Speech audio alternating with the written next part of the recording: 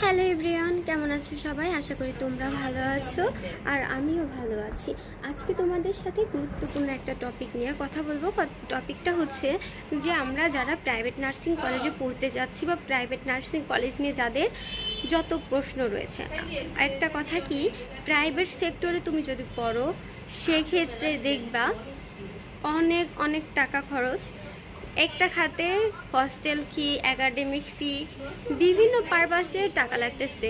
এই প্রোগ্রাম সেই প্রোগ্রাম, খালি টাকা দাও, মানে টাকার দেওয়ার কোনো শেষ নাই। প্রত্যেকটা খাতে তোমার নিজের টাকা দিয়ে পড়তে হচ্ছে। আর একটা জিনিস দেখা যাচ্ছে যে দিন দিন এত পরিমাণে নার্সের সংখ্যা বাড়তেছে যে নার্সিং প্রফেশনটা এখন আগে যেমন যতটা চাহিদা ছিল অতটা চাহিদা কিন্তু এখন নাই। কারণ অনেক নার্স রয়েছে যারা নাকি বাংলাদেশেই বেকার। কেন আজকে বেকার থাকবে নার্সরা?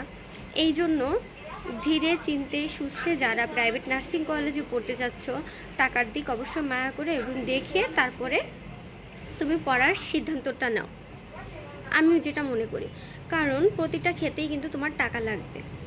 আর যদি তোমার সামর্থ্য থাকে যে আমি প্রাইভেট নার্সিং কলেজে ভালো কোনো কলেজে পড়তে চাচ্ছি তাহলে পড়ো। আরেকটা বিষয়, যে তুমি যে নার্সিং কলেজে পড়তেছো প্রাইভেটে, দেখবা যে হসপিটাল আছে কিনা। নিজস্ব যদি সেই হসপিটাল থাকে সেই প্রতিষ্ঠানের, তাহলে তুমি ওই নার্সিং কলেজে পড়ো।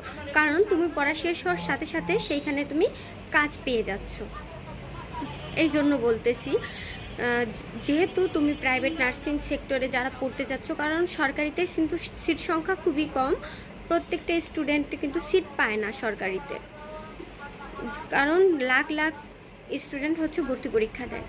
সো এছাড়া যদি কারো প্রাইভেট কলেজ নিয়ে কোনো কোশ্চেন থাকে সেগুলো আমাকে করতে পারো। ও আরেকটা কথা আমি তো ভুলেই গিয়েছিলাম, যে প্রাইভেট নার্সিং কলেজে আরেকটা বিষয়, যে তোমরা বলো আপু হস্টেলে থাকা কি বাধ্যতামূলক?